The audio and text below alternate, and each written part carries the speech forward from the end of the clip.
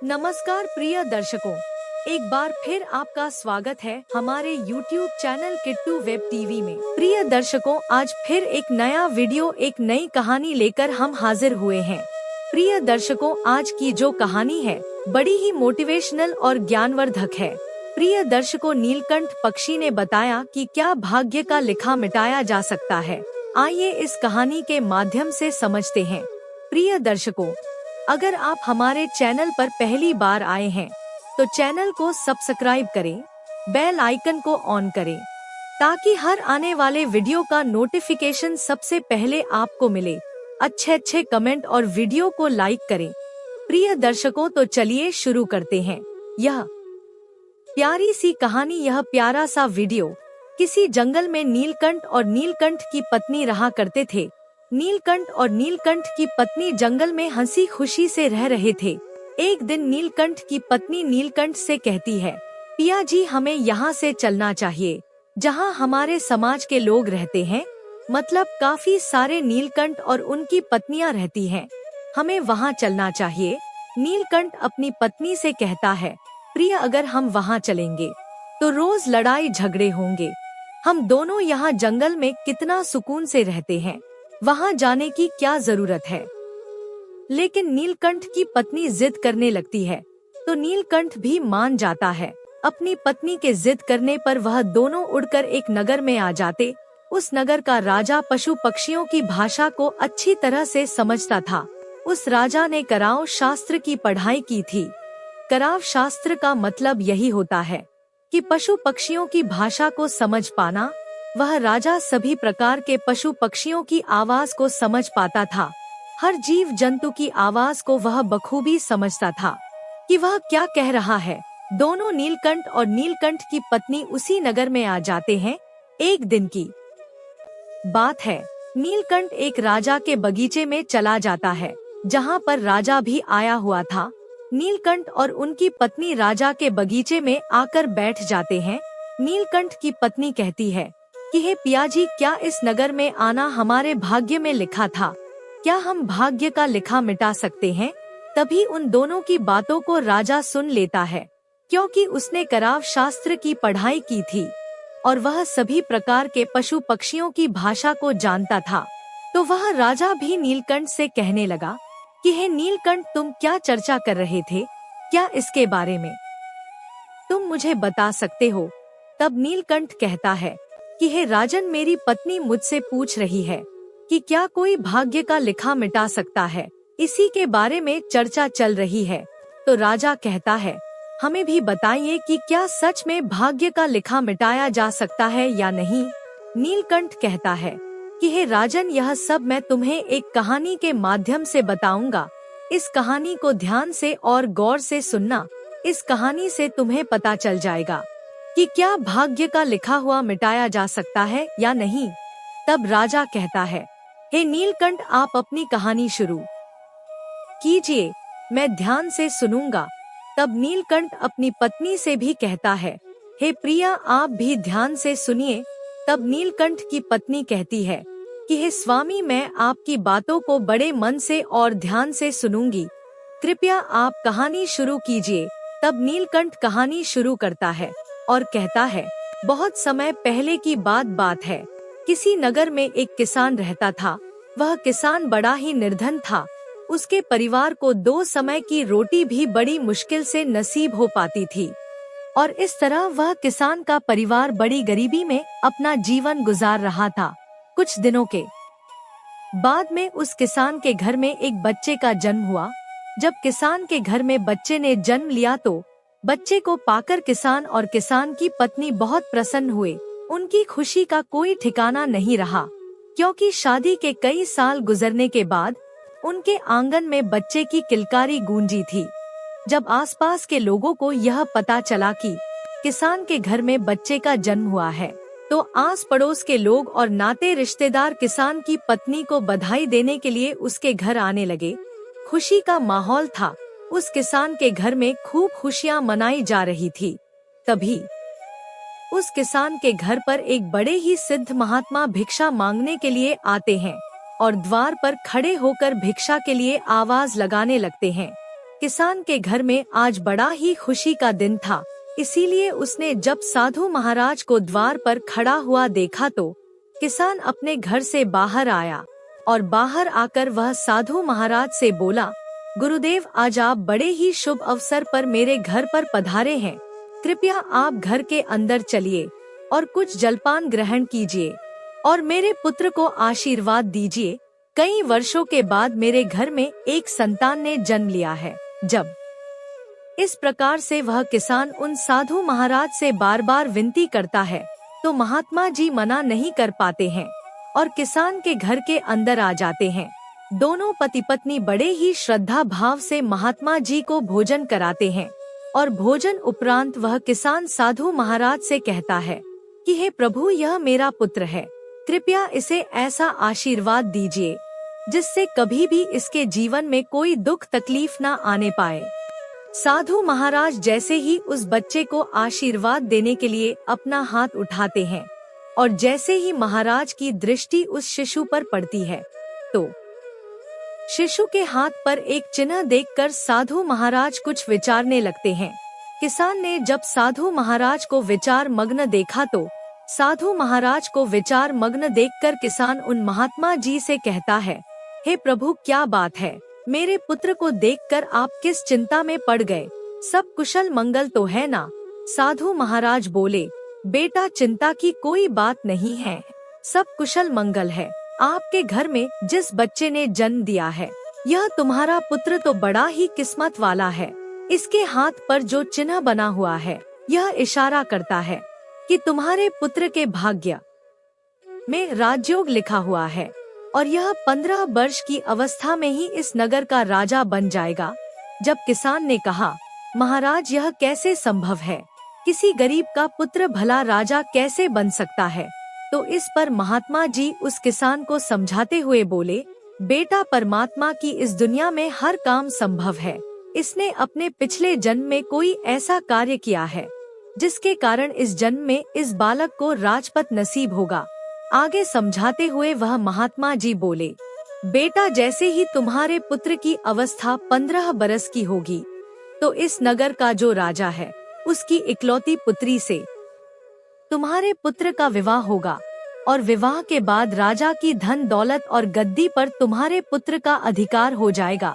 यह सब बातें मैं तुम्हें ऐसे ही नहीं बता रहा हूँ, मैं इन सब बातों को इसकी किस्मत की लकीरों में देखकर बोल रहा हूँ। प्रिय दर्शकों, साधु महाराज की इन बातों को जब किसान और उनकी पत्नी ने सुना तो इन बातों को सुनकर उन्हें बड़ी खुशी होती है कि हमारे घर में किसी साधारण संतान ने नहीं बल्कि एक राजा ने जन्म लिया है।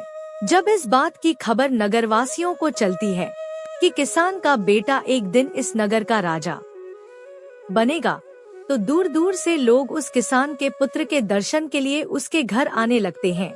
प्रिय दर्शकों, इधर तो किसान के घर पर दूर दूर से लोग आ रहे थे, उधर जो उस नगर का राजा था जिसकी पुत्री के साथ में साधु ने विवाह की भविष्यवाणी की थी, वही राजा शिकार खेलने के लिए जंगल को जाता है और जंगल में जाकर अपना शिकार तलाश करने लगता है। तभी राजा की दृष्टि एक हिरण पर पड़ती है। हिरण देखकर राजा अपना घोड़ा उस हिरण के पीछे दौड़ा देता है और उस हिरण का पीछा करते हुए राजा बहुत दूर निकल जाता है। उसके साथ में जो सैनिक थे वह भी पीछे छूट जाते हैं। राजा काफी देर तक उस हिरण का पीछा करता है, लेकिन वो उस हिरण का शिकार नहीं कर पाता है, क्योंकि घने जंगल होने के कारण हिरण राजा की नजरों से ओझल हो जाता है। राजा को अपने शिकार का पीछा करते करते बहुत देर हो चुकी थी। इस कारण प्यास के मारे राजा का गला सूखने लगता है। पानी की तलाश में राजा ने चारों तरफ को अपनी नजर दौड़ाई, लेकिन आसपास उसे ऐसा कोई पानी का स्रोत नजर नहीं आया जहां जाकर वह अपनी प्यास बुझा सके। पानी की तलाश में राजा जब कुछ और आगे बढ़ता है तो उसे एक गांव नजर आता है। प्रिय दर्शकों, यह वही गांव था जिस गांव में उस किसान के घर में एक बच्चे ने जन्म लिया था। जब राजा उस गांव के और नजदीक पहुंचा तो उसे गांव के बाहर एक कुटिया नजर आई, जहां एक साधु महाराज कुटिया के बाहर ध्यान मग्न बैठे हुए थे। राजा महात्मा जी के पास में पहुंचा, महात्मा जी को प्रणाम किया और प्रणाम करके राजा बोला, प्रभु मुझे बहुत जोरों की प्यास लगी है, यदि कुछ जल मिल जाए तो आपकी बड़ी मेहरबानी होगी। साधु बोले, राजन आप थोड़ा इंतजार करिए, मैं अभी आपके लिए पानी लेकर आता हूँ। और इतना कहकर महात्मा जी कुटिया के अंदर चले गए। जब महात्मा जी कुटिया से बाहर आए तो उनके हाथ में एक जल से भरा हुआ लोटा था। साधु महाराज ने जल से भरा हुआ लोटा राजा को पकड़ाया। राजा ने पानी पीकर अपनी प्यास बुझाई। प्रिय दर्शकों, पानी पीकर राजा जैसे ही चलने को हुआ तो उसकी दृष्टि उन लोगों पर पड़ गई जो इकट्ठा होकर किसान के घर उसके पुत्र का दर्शन करने के लिए जा रहे थे। जब राजा ने बहुत से लोगों को जाते हुए देखा तो यह देखकर उसने उन महात्मा जी से पूछा, प्रभु यह इतने सारे लोग इकट्ठे होकर कहाँ जा रहे हैं? राजा के पूछने पर साधु ने बताया, राजन यह सब लोग इकट्ठा होकर उस किसान के घर को जा रहे हैं जहाँ कुछ समय पहले एक बच्चे ने जन्म लिया है। जब राजा ने पूछा कि महात्मा जी उस बच्चे में ऐसी क्या खूबी है जो सभी लोग उस बच्चे के दर्शन को आ रहे हैं, तो इस पर वह महात्मा जी बोले, राजन उस बच्चे के हाथ पर एक ऐसा नीला निशान बना हुआ है जिसका होना इस बात का संकेत है कि वह इस राज्य का राजा बनेगा। राजा बोला, महात्मा जी यह सब झूठी बातें हैं, ऐसा कभी नहीं हो सकता, क्योंकि इस राज्य का राजा तो मैं हूँ। भला मैं उस गरीब किसान के पुत्र को अपने राज्य का राजा क्यों बनाऊंगा? साधु बोला, राजन कोई इंसान ना तो किसी को राजा बना सकता है और ना ही गरीब बना सकता है। बनाने वाला और बिगाड़ने वाला तो कोई और ही होता है। और रही बात उस किसान के पुत्र की राजा बनने की, तो मैं आपकी जानकारी के लिए बता दूं, आज से 15 वर्ष के बाद उस किसान के पुत्र का विवाह आपकी इकलौती बेटी के साथ में होगा और विवाह के बाद वह इस नगर का राजा बन जाएगा। राजा ने कहा, महात्मा जी कौन सी बेटी किसकी बेटी? मेरे तो कोई औलाद ही नहीं है, फिर आपकी भविष्यवाणी कैसे सच साबित हो सकती है? साधु महाराज बोले, राजन आज से 1 वर्ष के बाद में आपकी रानी की कोख से एक कन्या जन्म लेगी। उसी कन्या के साथ में इस गरीब किसान के पुत्र का विवाह होगा और विवाह के उपरांत वह इस नगर का राजा बन जाएगा। प्रिय दर्शकों, साधु महाराज के मुख से जब राजा इन बातों को सुनता है तो इन बातों को सुनकर वह खुश होता है और दुखी भी होता है। खुश इसलिए होता है क्योंकि राजा की कोई संतान नहीं थी। जब उसे पता चलता है कि उसके घर में भी एक कन्या जन्म लेगी, वह भी एक बेटी का बाप बनेगा, तो यह जानकर राजा को बड़ी खुशी हुई। लेकिन उसके दुख का कारण यह था कि जैसा साधु महाराज ने बताया था, तुम्हारी पुत्री का विवाह गरीब किसान के बेटे से होगा। तो यह जानकर राजा दुखी हो जाता है और उसे गुस्सा भी आता है। राजा अपने मन में विचार करता है, आखिर एक मामूली से किसान का बेटा मेरा दामाद कैसे बन सकता है? मैं कदापि भी ऐसा नहीं होने दूंगा। प्रिय दर्शकों, यह विचार कर राजा उन साधु महात्मा से कहता है कि आपको क्या लगता है, एक मामूली से किसान के बेटे के साथ में मैं अपनी पुत्री का विवाह कर दूंगा? महात्मा ने कहा कि राजन, जो उस बच्चे के भाग्य में लिखा हुआ है उसे कोई नहीं मिटा सकता, क्योंकि विधाता का लिखा तो पत्थर की लकीर होता है, कोई उससे छेड़छाड़ नहीं कर सकता। प्रिय दर्शकों, उस राजा को अपनी ताकत पर बड़ा ही घमंड था। उसने कहा कि महात्मा जी चाहे कुछ भी हो जाए, मैं अपनी बेटी का विवाह उस 2 कौड़ी के किसान के बेटे से हरगिज नहीं होने दूंगा। और रही बात विधाता के लिखे की, तो मुझ में इतनी सामर्थ्य है कि मैं उस विधाता के लिखे को भी मिटा के रख दूंगा। महात्मा जी ने मुस्कुराते हुए कहा, राजन मैं भी यही हूँ और आप भी यही हो, पहले वह समय आने दो, फिर देखते हैं क्या होता है, कौन किस पर भारी पड़ता है। राजा ने कहा, ठीक है महात्मा जी, समय आने दो, फिर आप देखना। और यह कहकर राजा साधु महाराज को प्रणाम करके अपने घोड़े पर सवार होकर अपने महलों को चल देता है। महल पहुंचकर राजा विचार करता है, ऐसा क्या किया जाए जिससे लाठी भी ना टूटे और सांप भी मर जाए। मैं ऐसा क्या करूं जिससे ऐसी नौबत ही नहीं आए। मुझे अपनी बेटी का विवाह उस गरीब किसान के बेटे से करना पड़े। पूरी रात राजा इसी उधेड़ बन में गुजार देता है। काफी सोचने के बाद उसे एक युक्ति नजर आई। अगले दिन राजा ब्राह्मण का भेष बनाकर उस किसान के गांव में जाता है। गांव पहुंचकर जब उसने गांव वालों से पूछा उस किसान का घर कौन सा है जिस घर में कुछ दिन पहले एक बच्चे ने जन्म लिया है, तो गांव वालों ने उस गरीब किसान के घर का पता बता दिया।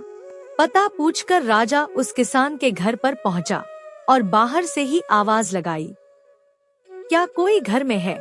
हमें कुछ दान दे सकता है, हम भूखे ब्राह्मण हैं। प्रिय दर्शकों, आवाज सुनकर किसान अपने घर से बाहर आता है और किसान ब्राह्मण को प्रणाम करता है और कहता है, हमें कुछ दान दे दो, हम बहुत दूर से चलकर आए हैं। और फिर ब्राह्मण किसान से कहता है, मैं भाग्य भी देखता हूँ, मुझे ऐसा लग रहा है कि तुम्हारे घर में कोई पुत्र भी है और तेरे पुत्र के हाथ में, दाएं हाथ में नीले रंग का निशान है। किसान कहने लगा, हाँ बाबा। ब्राह्मण कहने लगा, हम सब कुछ जानते हैं, आप उसे पुत्र को हमें दिखा दो। वह किसान अपने पुत्र को घर से लेकर बाहर आया और ब्राह्मण को दिखाने लगा। उसके बाद ब्राह्मण कहने लगा, यदि यह पुत्र तुम्हारे साथ रहेगा तो 15 साल के बाद इसकी मृत्यु हो जाएगी, और यदि तुम इस बच्चे को किसी को दान कर दोगे तो 15 वर्ष बाद वह तुम्हें लौट जाएगा, और यदि तुम इस बच्चे को अपने पास रखना चाहते हो तो यह मर जाएगा। इस बात को सुनकर किसान रोते हुए कहने लगा, बाबा, हम अपने बच्चों को अपने से अलग नहीं कर सकते हैं। ब्राह्मण कहने लगा, यदि तुम किसी और को नहीं देना चाहते तो मुझे इसे दे दो, 15 वर्ष के बाद यह मैं तुम्हें लौटा दूंगा। राजा समझाते हुए बोला, भाई देखो, मैं आपका बच्चा आपसे हमेशा के लिए थोड़े ही मांग रहा हूँ। जब उसको 15 वर्ष पूरा हो जाए और उसका विवाह योग्य उम्र हो जाए तो मैं तुमको तुम्हारा बच्चा वापस लौटा दूंगा, फिर आप अपने पुत्र के साथ में सुख पूर्वक रहना। प्रिय दर्शकों, सीधा साधा किसान जब भेष बदले हुए राजा की इन बातों को सुनता है और उसे राजा की बातों में सच्चाई नजर आती है, वह किसान बच्चा देने के लिए हाँ कर देता है। उस बेचारे को नहीं पता था यह ब्राह्मण के भेष में इस नगर का राजा है और उसकी इन बातों के पीछे कुछ और ही मंशा छुपी हुई है। किसान अपनी पत्नी के पास में जाता है और अपनी पत्नी से कहता है, प्रिय, हमारे दरवाजे पर एक बड़े ही दयालु ब्राह्मण आए हुए हैं और वह बच्चा हमारे पास रहेगा तो 15 वर्ष के बाद उसकी मृत्यु हो जाएगी। वह ब्राह्मण ऐसा कह रहे हैं, इसीलिए वह हमारे बच्चे का लालन पालन करना चाहते हैं। अपनी पति की इन बातों को सुनकर पहले तो उस किसान की पत्नी मना करती है, लेकिन किसान जब अपनी पत्नी को बताता है कि वह हमारा बच्चा हमेशा के लिए नहीं बल्कि कुछ सालों के लिए अपने घर रखना चाहते हैं, तो यह सुनकर किसान की पत्नी भी अपने बच्चे को ब्राह्मण को देने के लिए तैयार हो जाती है। दोनों पति पत्नी अपने कलेजे के टुकड़े को लेकर घर के बाहर आते हैं और ब्राह्मण बने हुए राजा को अपना बच्चा देते हुए कहते हैं, हे ब्राह्मण देव, हम अपना बच्चा तो आपको दे देंगे, लेकिन हमारी एक शर्त है। जब ब्राह्मण बने राजा ने पूछा, क्या शर्त है? तो किसान की पत्नी बोली, जब मेरा बेटा 15 बरस का हो जाए तो तुम्हें हमारा बच्चा वापस करना होगा। यदि आपको हमारी यह शर्तें मंजूर हो तो हम तुम्हें अपना बच्चा दे सकते हैं। राजा ने कहा, मुझे तुम्हारी सभी शर्त मंजूर है, अब आप मुझे अपना बच्चा दे दीजिए। जब आपका बच्चा 15 वर्ष का हो जाएगा और उसकी विवाह योग्य उम्र हो जाएगी तो मैं तुम्हारा बेटा वापस कर जाऊंगा। अब आप विलंब ना करिए और अपना बच्चा मेरे हवाले कर दीजिए। मैं इस बच्चे का आपसे भी ज्यादा अच्छा ख्याल रखूंगा। प्रिय दर्शकों, इस प्रकार वह किसान दंपति अपने बच्चे और उसके हित के खातिर अपने नवजात शिशु को ब्राह्मण बने हुए राजा के हवाले कर देते हैं और राजा खुशी खुशी उस बच्चे को लेकर आगे को चल देता है। राजा आज बहुत प्रसन्न था क्योंकि आज वह अपनी योजना में सफल हो रहा था। राजा बच्चे को लेकर के एक नदी किनारे पहुंचा। नदी किनारे पहुंचकर राजा ने सोचा, मैं इस बच्चे का गला दबाकर इसका काम तमाम कर देता हूँ। और मारने के बाद मैं इस बच्चे की लाश को नदी के जल में प्रभावित कर दूंगा। लेकिन बच्चे का जब उसने मासूम चेहरा देखा तो उस बच्ची का चेहरा देखकर राजा का विचार बदल गया था। तेरा क्या बिगाड़ा है जो तू इसे मारना चाहता है? क्यों इस मासूम बालक की हत्या का पाप अपने सिर लेना चाहता है?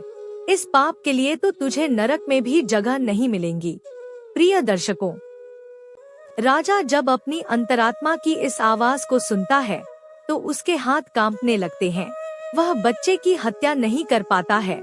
फिर सोचता है, ऐसा क्या करूं जिससे मेरे हाथों इस बच्चे की हत्या भी ना हो और भाग्य का लिखा भी मिट जाए।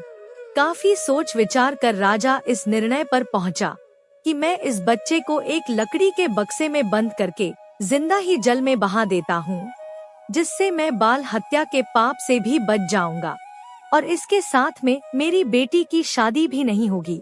प्रिय दर्शकों, यही विचार कर राजा एक ऐसा संदूक तैयार करता है जिसमें बच्चे को सांस भी मिलती रहे और वह पानी में भी ना डूबे। संदूक तैयार होने के बाद राजा उस किसान के बेटे को लकड़ी के संदूक में रखता है और उस संदूक को नदी के बहते हुए जल में प्रवाहित कर देता है। यह सब करने के बाद राजा अपने महलों को चल देता है। आज राजा बहुत ही प्रसन्न था कि आज मैंने विधाता के लिखे को मिटा दिया, क्योंकि राजा सोच रहा था कि जिस संदूक को मैं बहा कर आया हूँ वह संदूक जब गहरी नदी में जाएगा और नदी में कोई बवंडर पड़ेगा तो नदी के बवंडर में फंसकर संदूक डूब जाएगा और उस बच्चे की मृत्यु हो जाएगी। जब बच्चा ही नहीं रहेगा फिर कैसे इसके साथ में मेरी बेटी का विवाह होगा? यही सोचकर राजा बड़ी निश्चिंत के साथ में अपने नगर को लौट गया। लेकिन प्रिय दर्शकों, वह राजा उस किसान के बच्चे को नदी में बहाकर वहां से चला गया। इधर क्या हुआ? वह संदूक बहता हुआ किसी अन्य नगर के किनारे पर जा पहुंचा। उस नगर का एक धनवान सेठ रोज सुबह सवेरे ही नदी में स्नान करने के लिए आता था। उस दिन जब वह सेठ नदी पर स्नान करने आया तो उसे नदी के जल में बहता हुआ संदूक नजर आया।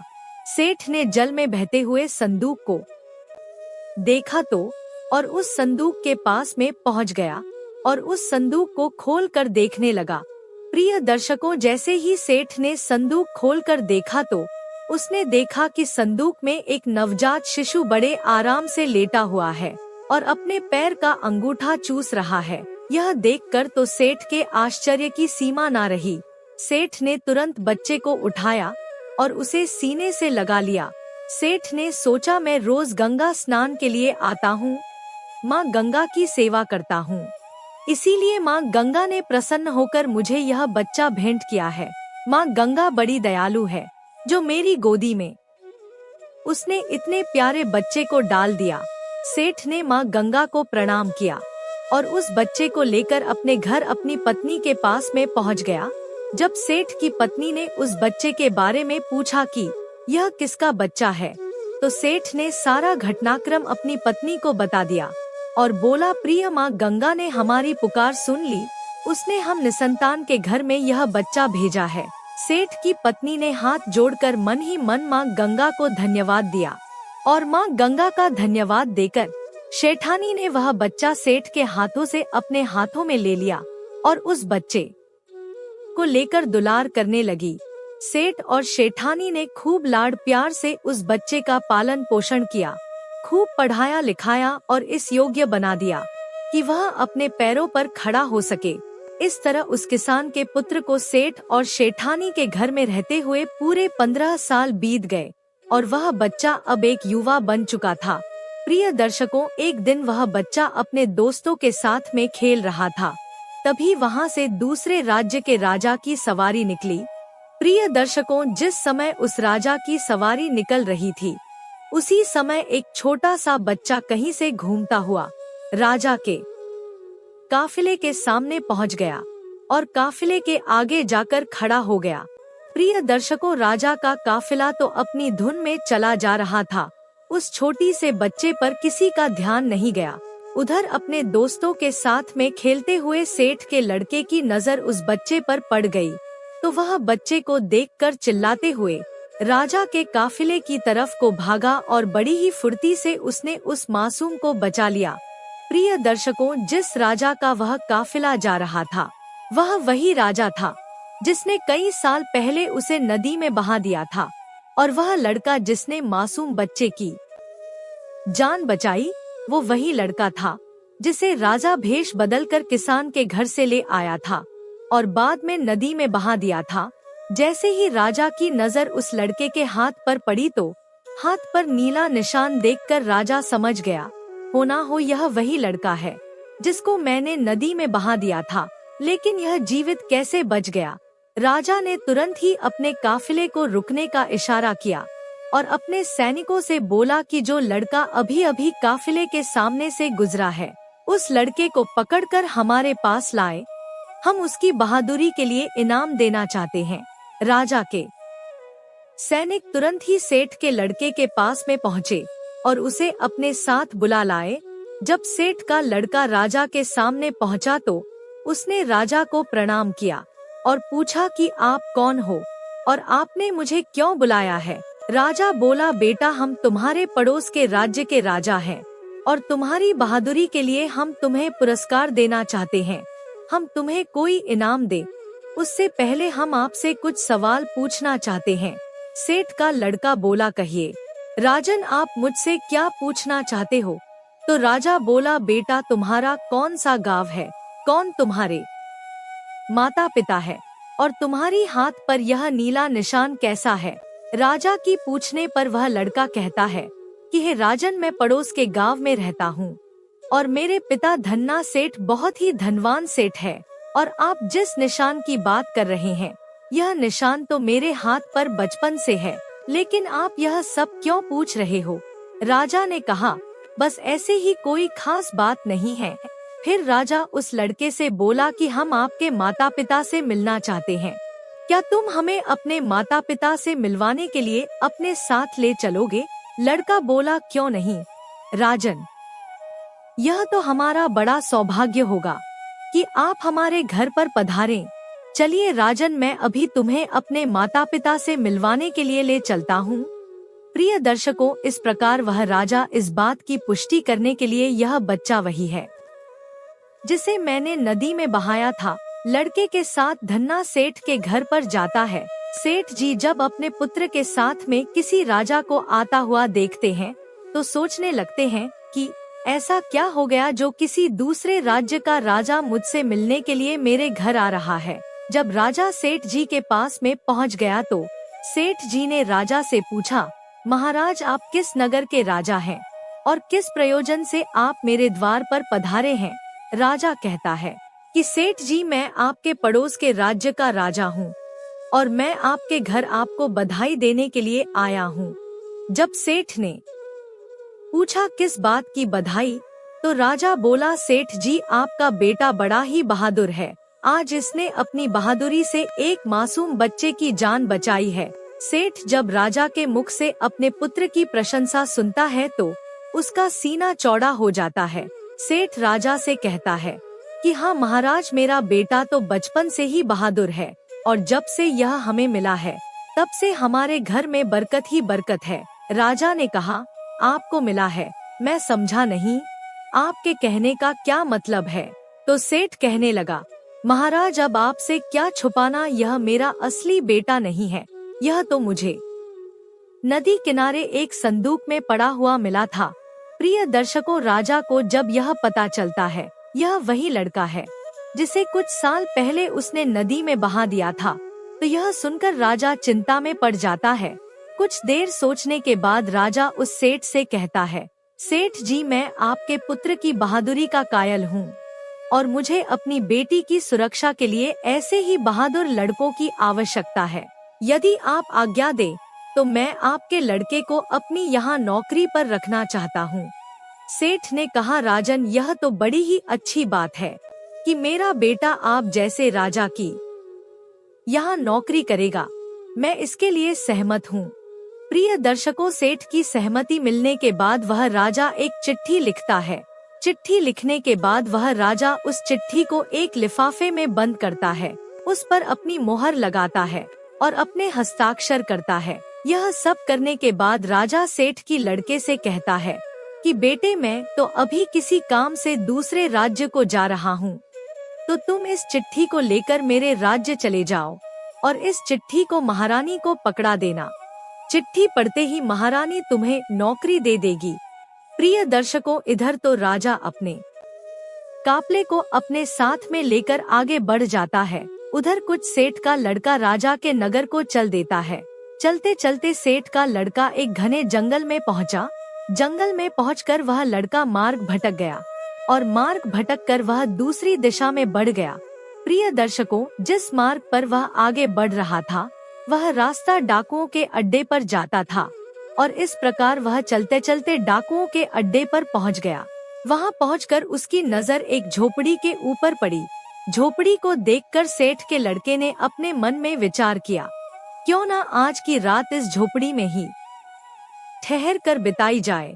दर्शकों, यह विचार कर सेठ की लड़के ने झोपड़ी की तरफ अपने कदम बढ़ा दिए।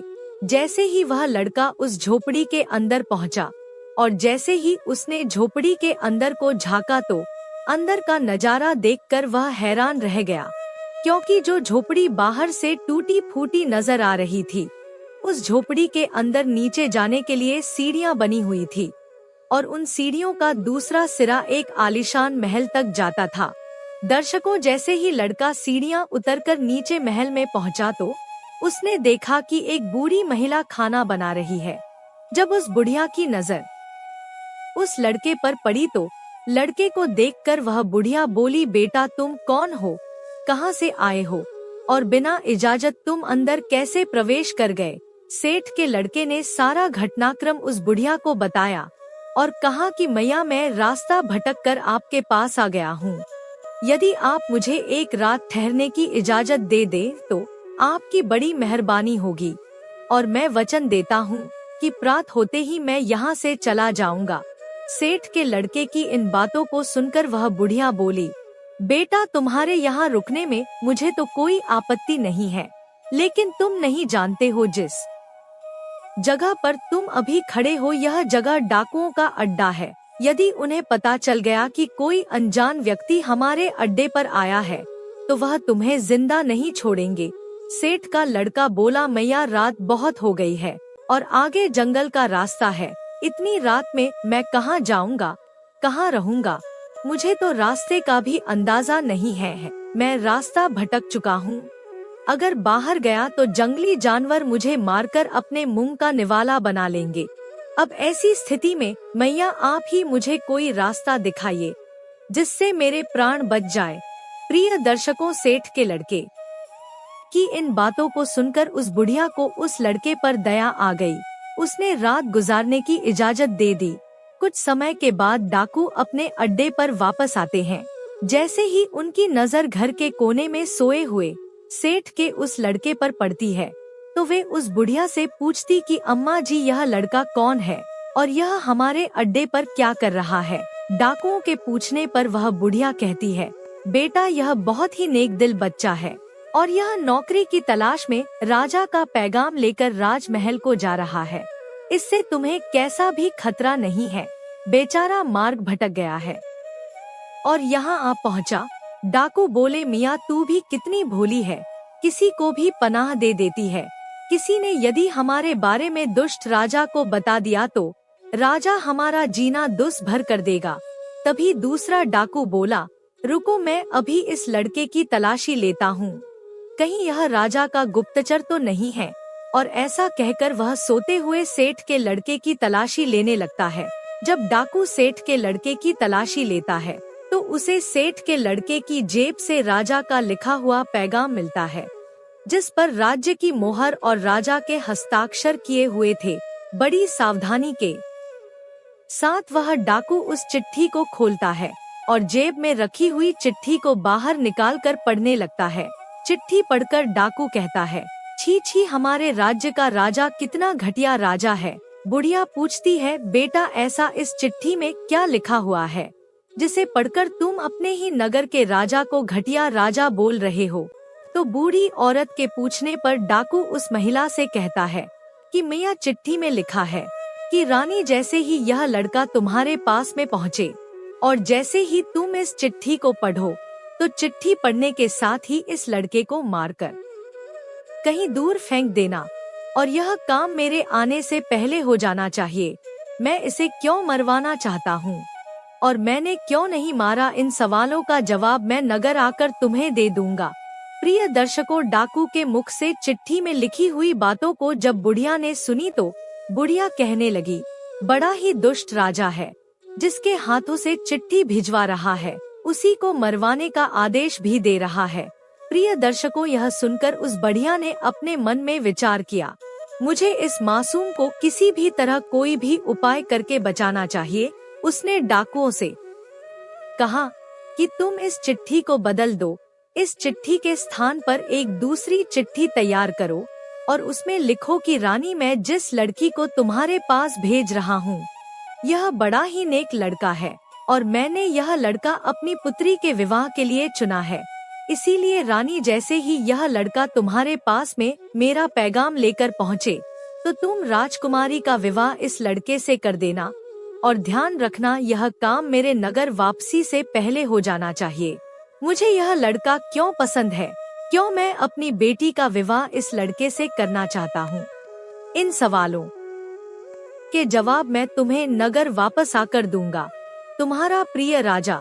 यह लिखकर डाकू ने उस चिट्ठी को उस लिफाफे के अंदर डाला और बड़ी सावधानी के साथ पुनः उस लड़के की जेब में रख दिया। इसके बाद डाकुओं ने खाना पना खाया और चोरी करने के लिए अपने अड्डे से बाहर निकल गए। उधर अगला दिन हुआ तो बूढ़ी माता ने शेठ के लड़के को उठाया और कहा, बेटा सुबह हो गई है, अब तुम जहाँ जाना चाहते हो वहाँ जा सकते हो।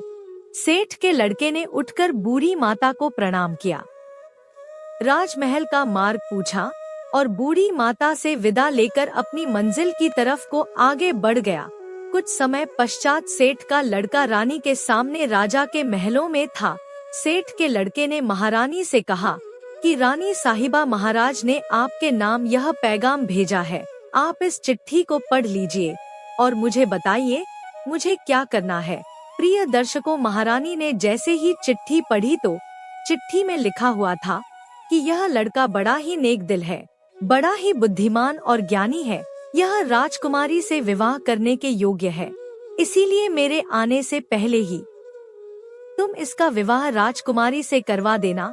जब रानी चिट्ठी पढ़ती है तो चिट्ठी में लिखी हुई बातों को पढ़कर रानी सोचने लगती है कि महाराज को इस लड़के में ऐसी क्या खूबी नजर आई जो जल्दी से जल्दी राजकुमारी के साथ में इसका विवाह करने का आदेश दिया है। महाराज इस प्रकार कैसे किसी अनजान के साथ में राजकुमारी का विवाह कर सकते हैं। लेकिन फिर उसने देखा कि चिट्ठी पर राजा के हस्ताक्षर थे और उनकी मोहर लगी हुई थी और उस चिट्ठी में लिखा हुआ था कि मैं तुम्हारे सभी सवालों के जवाब नगर वापस आकर दूंगा। तो यह पढ़कर रानी तत्काल ही पंडित को बुलाकर राजकुमारी का विवाह उस लड़के के साथ में करवा देती है और इस प्रकार वह लड़का राजा का दामाद बनकर राजकुमारी से विवाह करके सुख पूर्वक राजा के महलों में रहने लगता है। प्रिय दर्शकों, कुछ दिनों के बाद में राजा अपना काम समाप्त करके अपने नगर को आता है। राजा बड़ा ही प्रसन्न था क्योंकि उसे तो लग रहा था कि अब तक तो रानी ने उस लड़के को मरवा कर कहीं दूर फेंकवा दिया होगा। अब उस लड़के की साथ में मेरी बेटी का विवाह कैसे हो सकता है, मैंने तो भाग्य के लिखे को ही मिटा दिया है। लेकिन जैसे ही राजा अपने महलों में पहुंचता है और उस गरीब किसान के बेटे को अपनी राज्य गद्दी पर बैठा हुआ देखता है तो उसके आश्चर्य की सीमा नहीं रहती है, क्योंकि जिस लड़के को राजा ने रानी के पास इसलिए भेजा था कि रानी इसका कत्ल करा देगी, लेकिन यहाँ तो सब उल्टा ही हो गया। जब उसे यह पता चलता है कि मेरी पुत्री का विवाह उसी व्यक्ति के साथ में हो गया है जिसकी भविष्यवाणी साधु महाराज ने की थी, तो यह जानकर राजा को क्रोध आ जाता है। उसे अपनी पत्नी पर बहुत ही गुस्सा आता है कि रानी ने मेरी आज्ञा का पालन क्यों नहीं किया। उसने महारानी से पूछा कि मैंने जब तुम्हें इस लड़के को मारने का आदेश दिया था, फिर तुमने इसके साथ में राजकुमारी का विवाह क्यों कर दिया। राजा की इन बातों को सुनकर रानी कहती है कि महाराज, मैंने तो वही किया है जैसा आपने आदेश दिया था। इसमें मेरी क्या गलती है? राजा ने महारानी को चिट्ठी दिखाने का आदेश दिया। महारानी चिट्ठी लेकर बाहर आई। राजा ने जब चिट्ठी खोली और उस चिट्ठी में लिखी हुई बातों को पढ़ा तो देखा कि उसमें तो कुछ और ही लिखा हुआ है। यह देखकर राजा ने बड़े ही गुस्से में आकर सैनिकों से कहा कि जाओ और जाकर के उस लड़के को पकड़ कर लाओ जिसके साथ में राजकुमारी का विवाह हुआ है। सैनिकों ने तुरंत ही राजा की आज्ञा का पालन किया और उस किसान के बेटे को पकड़कर राजा के सामने ले आए। राजा ने गुस्से में लड़के से कहा कि तुम्हारी हिम्मत कैसे बढ़ गई मेरी पुत्री से विवाह करने की? तुमने मुझे बहुत बड़ा धोखा दिया है और मेरे राज्य में धोखे की सजा केवल और केवल मौत होती है। अब तुम मरने के लिए तैयार हो जाओ। मैं तुम्हें अपना दामाद किसी भी कीमत पर स्वीकार नहीं कर सकता। तुम एक गरीब किसान के बेटे हो और गरीब ही रहोगे। मैं भी देखता हूँ कि तुम किस प्रकार इस नगर का राजा बनते हो। राजा की इन बातों को सुनकर वह लड़का बोला, महाराज आप यह क्या कह रहे हो? मैंने आपको कहाँ धोखा दिया है और आप बार बार किस किसान की बात कर रहे हो, जबकि आपको भी पता है मैं किसान का बेटा नहीं बल्कि एक सेठ का बेटा हूँ। राजा ने कहा, तुम मुझे अपनी बातों में उलझाकर बेवकूफ बनाना चाहते हो, लेकिन अब मैं तुम्हारी किसी बात में नहीं आऊंगा। आज का दिन तुम्हारे जीवन का अंतिम दिन साबित होगा। और इतना कहकर राजा अपनी तलवार उठा लेता है। राजा के हाथ में तलवार देखकर राजकुमारी राजा के सामने खड़ी हो जाती है और कहती है, पिताजी आप जिस पर तलवार चला रहे हैं वह मेरे पति परमेश्वर हैं।